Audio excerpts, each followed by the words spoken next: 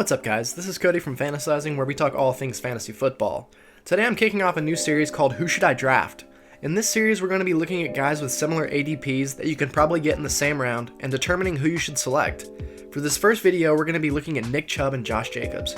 But before we get into the content, I gotta ask you to please subscribe. Give us a like if you enjoyed this take, and hit the bell for notifications. If you're digging what we're doing over here at Fantasizing, please check us out on Patreon. The link to our Patreon account will be in the description and at the end of the video. Now, let's get into the good news about Nick Chubb. Chubb absolutely balled out in 2019. He was second to only King Henry in total rushing yards with 1,494 and was third in rush attempts, only behind Henry and Zeke with 298. He was also able to find the end zone on 8 different occasions. Chubb's success also wasn't just a product of volume.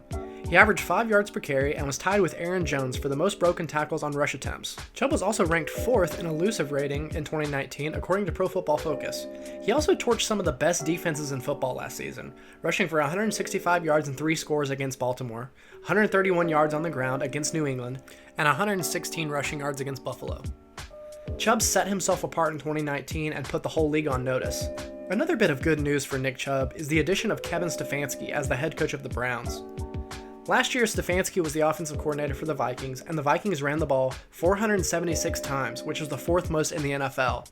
Stefanski is the kind of guy who wants to pound the rock on the ground, and it would not shock me for us to see Chubb push that 300 carry mark once again. From the looks of things, Chubb's 2020 could be bright. Unfortunately, that's not taking into consideration the bad news. It's time we address the 216-pound elephant in the room. I'm talking about Kareem Hunt. After serving an 8-game suspension, Kareem Hunt made his debut in Week 10 for the Cleveland Browns. From Week 10 on, he had 43 carries for 179 yards and 2 TDs, 37 receptions for 285 yards, and an extra score. The good news is, Chubb's rush attempts per game pretty much stayed the same after Hunt arrived. However, Chubb's targets pretty much dried up completely. In the first 8 weeks of the season, Chubb had 32 targets and 25 catches. After Hunt's debut, he had 17 targets and only 7 catches. That is a huge red flag. To make matters worse, the Browns added pass-catching tight end Austin Hooper this offseason. Hooper had 75 catches for 787 yards in 13 games for the Falcons last season. My fear is that between OBJ, Landry, Hunt, and now Hooper, there won't be any targets left for Chubb, especially considering that this offense could see a reduction in pass attempts.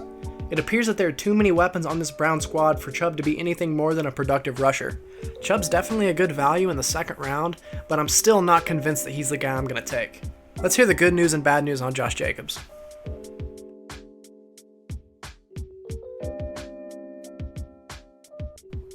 Jacobs' rookie campaign certainly turned some heads in 2019.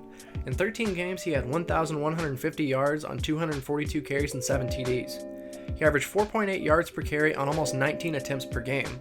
Also, according to Pro Football Focus, he was 1st in elusive rating. Jacobs also flexed on some great defenses last season, rushing for 85 yards and 2 scores in Week 1 against the Broncos, rushing for over 200 yards in 2 games combined against the Chiefs, and cooking the Bears in Week 5 for 123 yards and 2 TDs. The kid proved to be a big-time playmaker who deserves to be a workhorse back. Another point of encouragement when looking at Jacobs is the fact that Raiders general manager Mike Mayock told ESPN that he expects Jacobs to be more involved in the pass game in year 2. If this is the case, we could see Jacobs crack into that top 10 RB territory. But is that really going to happen? I think we need to further investigate this and segue to the bad news.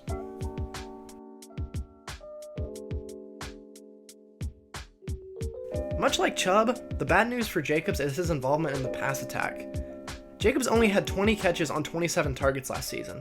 To make things worse, Jalen Richard, Oakland's 3rd down pass-catching back, signed a 2-year extension in the offseason.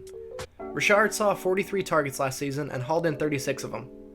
Also, the Raiders adding 2 wide receivers in the draft doesn't really increase the likelihood of Jacobs seeing more targets, which is really a shame. Looking back at what Jacobs did at Alabama, it's clear that he's a talented receiver, and when you get this guy in open space, he's electric. It's clear that Mike Mayock has a desire for Jacobs to be more involved in this pass game, but there may just not be enough targets to go around. Now that we've weighed the good news and bad news of Nick Chubb and Josh Jacobs, let's get to the verdict. Both Chubb and Jacobs should expect consistent workloads on mediocre teams that should be marginally better in 2020. I expect both guys to see around 280 carries and be among the top 5 rushing leaders. A lack of involvement in the passing game is the Achilles heel of each of these guys. However, I think there is a possibility that Jacobs could see a slight increase in targets and catches. While Chubb is clearly the premier back in Cleveland, the involvement of Kareem Hunt is unsettling. How the offense will look under Stefanski is yet to be seen, but it's that uncertainty that's also a cause for concern. There are a lot of mouths to feed in Cleveland now. I look for Chubb and Jacobs to be very productive in 2020, but if I had to select an RB that I would prefer on my squad, I think I'm going to go with Josh Jacobs. The decision to go with Jacobs ultimately comes down to the hope of him being more involved in the pass game and the presence of Kareem Hunt in Cleveland.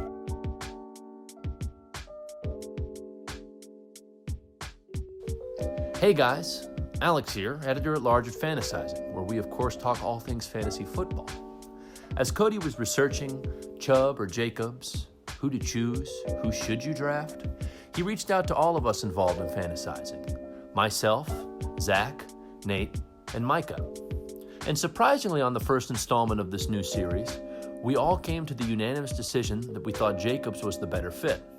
Now, as Cody noted, this is not to say that Chubb is a bad option, but if it comes down to the two of them, who both share similar ADPs, we say go with Jacobs. I guess you could say majority rules. Please leave us a like, subscribe, hit that bell for notifications, comment. We want to hear from you guys. Want to hear what you think. Maybe you have a good take that could convince us that perhaps Chubb is the way to go. But again, all of us remain unconvinced of that, so it might not be worthwhile.